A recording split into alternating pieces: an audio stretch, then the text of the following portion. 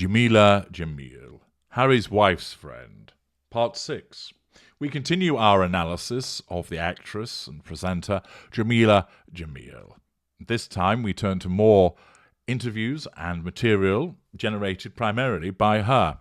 The first is an article and an interview that took place in the Guardian newspaper on the 22nd of April 2020 with the journalist Amin Saina. The headline reads, "I'm slim and privileged. I totally get the mistrust. Jameela Jamil on controversy and coming out." Is it the fact that she lords that over people by talking about being slim and privileged? Why is being slim so relevant? Is it because, of course, she regards herself as being fortunate because she's so good-looking and physically attractive, and that she engages in these repeated apparent declarations of some of her flaws merely to attract sympathy by way of pity play? The star of The Good Place is adored and vilified for speaking out. She talks about attention-seeking, body hair, Twitter feuds with Piers Morgan, and why no one should ever shake hands again. Were she another kind of person, Jameela Jamil would have an easy life. Everything seemed to be going her way. First came the break that led to a job presenting Channel 4's Saturday morning hangover slot, T4, which was followed by a job on Radio 1, before a swift and unexpected move to become an actor on the hit US sitcom The Good Place. Yet barely a month goes by without Jamil popping up to ignite some controversy. Is this a necessity of the assertion of control, or inflame the kind of commentator incensed by any hint of perceived wokeness? February was a particularly difficult month. First, she came out as queer. Is this a lack of boundary recognition as a consequence of shifting sexual fluidity? Is it also chameleon-like behaviour by claiming that she's queer, although there doesn't actually appear to be any evidence of her being queer? Is this character trait acquisition? First, she came out as queer, which appeared to infuriate many people. Then she had to defend herself against accusations she had Munchausen syndrome, a psychiatric disorder in which people feign illness. Might this be seen as actually the behaviour of a narcissist utilising illness by way of sympathy symphony? An allegation started by a writer who didn't believe her history of health problems. She ended the month embroiled in a Twitter row with Piers Morgan, public feuds being something of a natural stomping ground for both. Is this showing a sensitivity to perceived threats to control, and therefore exhibiting a need to assert control over that perceived threat, after the death of TV presenter Caroline Flack? Does Jamil ever feel like living a quieter life? It's not an easy path, she says. You get hurled up onto a pedestal, and it always feels like a bit of a trap. It's very high. It's easy to slip off, and it's a long way down. I'm just learning. I'm not the authority on anything.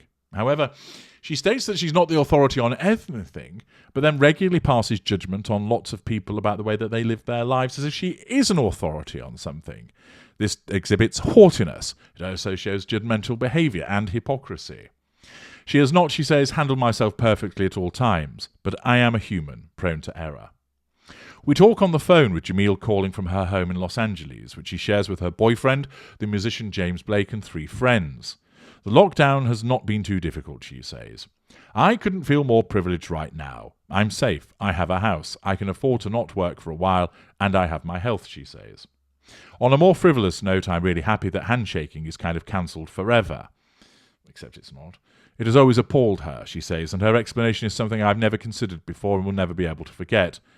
The fact that you know that a hand has been on a dick at some point before touching your hand is deeply unsettling, she says with a laugh, going on to describe it as a sort of penile imprint upon your palm. Sharing such an observation would seem to show a lack of boundary recognition by stating that with a journalist that she doesn't know. She has always succumbed to polite convention when somebody puts their hand out. Never again.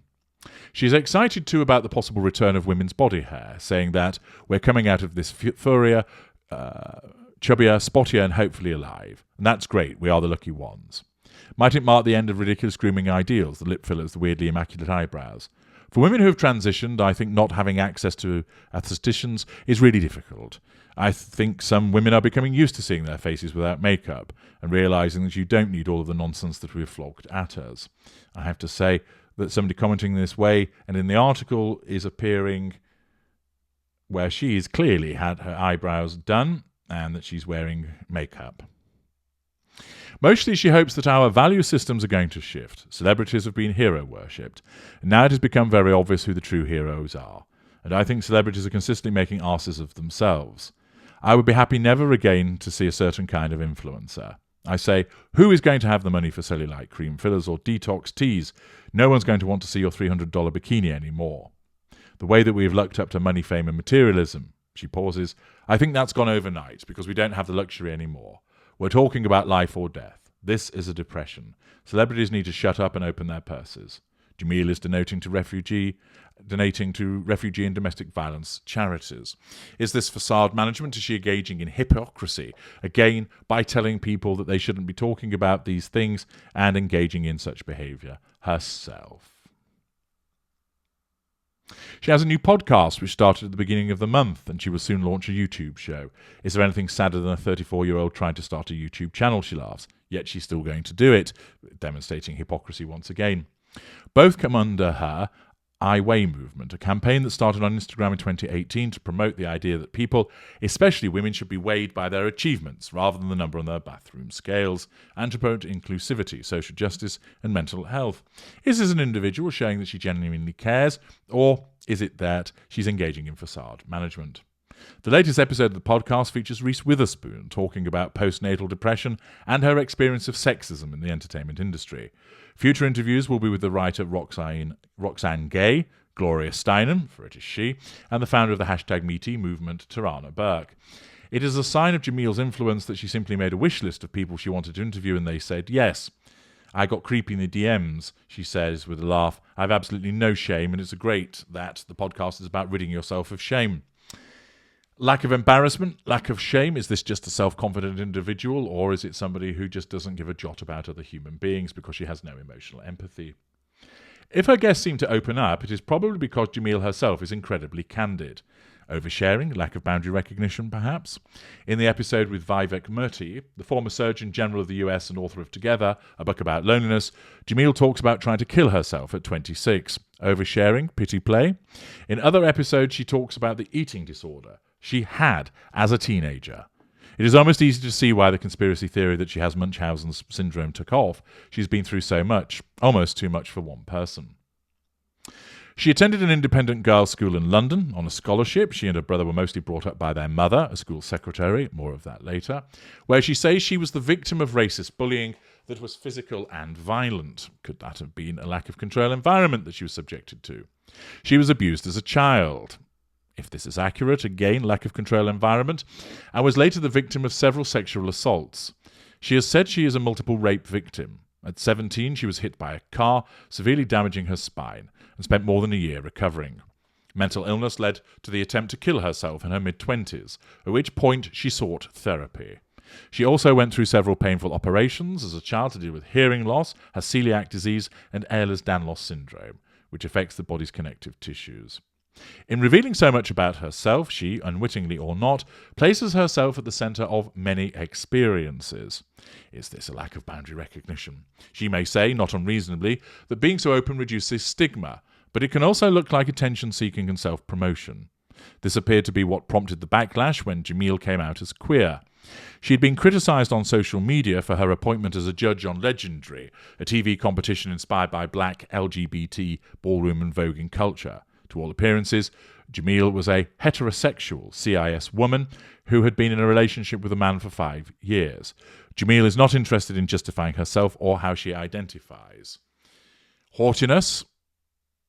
Staying away from that question, she says good-naturedly when I bring it up. Form of denial, assertion of control, nullification of threat to control. But was she surprised by the reaction? No, I understood. Because of the timing. I was never trying to divert from the criticism. I was just trying to add to the conversation. That I'm saying this qualifies me as part of ballroom culture, but you don't actually know my sexuality. She had not come out before because I was worried that people would think I was jumping on a trendy bandwagon, which indeed is what it looks like, a la Harry's wife, and various other reasons. So I understand the pushback. What she didn't understand, she says, were the claims she was a liar. What a weird lie, she says with a laugh. It doesn't help to identify yourself in any way in an industry that still discriminates against people. But the rest of it I understood. That's why I didn't come back, complaining, albeit she does, because she's complained about what people have said about her. The same criticisms around appropriation have surrounded Jamil's campaigning on body image when she herself is slim and conventionally beautiful. She's been accused of shaming other women, most damagingly black women, such as the rapper Cupcake, after the entertainer announced she'd been on a 40-day water fast, without acknowledging the policing of black women's bodies comes with its own painful history. There have also been accusations she has adopted the words and ideas of others, such as the writer Stephanie Yeboah, character trait acquisition, mirroring, lack of accountability, lack of boundary recognition. Her brand of feminism has been described as exclusionary and toxic by the writer Danielle Dash. Jamil has always said she's constantly learning and readily admits to her own mistakes and gaps in her knowledge. In October, for instance, she explained she knew little about George W. Bush's presidency after being embroiled in another Twitter row. Is this her high-handed haughtiness, where she believes that she's entitled to make statements about things before being corrected by other people? Using her platform, particularly as one of the most high-profile women of South Asian heritage in the Western media, puts her in a tricky position. Does she speak out about airbrushing and start feuds with the Kardashians over the diet products that they promote and risk making mistakes, or keep quiet? I've asked repeatedly for magazines to put me on the cover with women of different body shapes and with disabilities, and they say no. So either no one has a conversation or I do the photo shoot by myself, because then at least the conversation gets had. People have been impatient, she says. Her YouTube show will provide a platform for other activists. You have to take hold of the mic first before you can pass it, she says. Jamil is so divisive, seemingly equally championed by those who like her openness and sense of humour. She is not an earnest sort of activist, and vilified by those who think she is endlessly virtue signalling for her own gain. Blake sometimes steps in.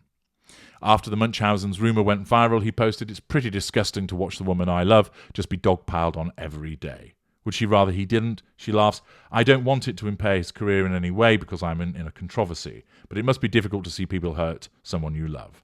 I'm very lucky to have someone this diehard in my corner." She says she is absolutely fine dealing with the fallout if she feels in the wrong. If when it's a lie, a smear campaign, is this a victim mentality, that doesn't sit well with me because that's the technique of discredit. We make women sound crazy and unhinged, and we try to devalue their word and their work. There must be days, I say, when it gets too much. I'd say the Munchausen's thing, the Caroline Flack thing, really upset me because we were on good terms.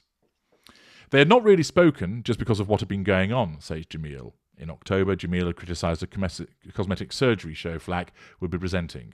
She reached out to me with a message of love, and she passed away that week. The next week, Piers Morgan posted text messages of Flack on Twitter sent to him last year saying she was struggling with Jamil, as if I was any contribution to her passing when I never instigated any kind of argument with Caroline. I don't criticise the host, I criticise the show. She says she didn't publish Flack's last message to her because I'm not a scumbag. Ultimately, she says she will not shut up. Sense of entitlement? Outspoken women, and especially outspoken women of colour, are disproportionately attacked online. That isn't just about the woman they are vilifying, says Jamil. It's also a deliberate message they are sending out to all other women to not speak out, to not stand for something, to not break the rules. And that's why I can't back down now, because otherwise it would say that it wasn't worth it, and I shouldn't have stuck my neck out. The car accident partly explains her resilience. Having a near-death experience gives you a strong perspective, she says. Being dragged on Twitter or being embarrassed on television or rejection, nothing scares me anymore. So I think it made me very bold.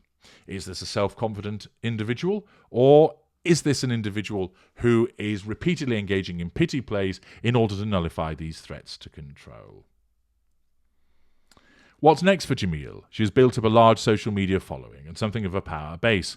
Use of social media to assert control or to cause good. If it is to further her acting career, constantly criticising many aspects of the entertainment industry would be a funny way of going about it. So no nice, easy life for her. I would do certain things differently, she says. I would rather start the fights that I start and sometimes get into the trouble that I get into than sit here silently and be complicit in an industry that pumps so much toxicity into the world. But is she engaging in hypocrisy by being toxic towards other individuals just to try and get across what she wants to say? She understands some people's wariness of her, she says. I look like the enemy. I'm a slim, privileged person who exists within this industry. I totally get the mistrust.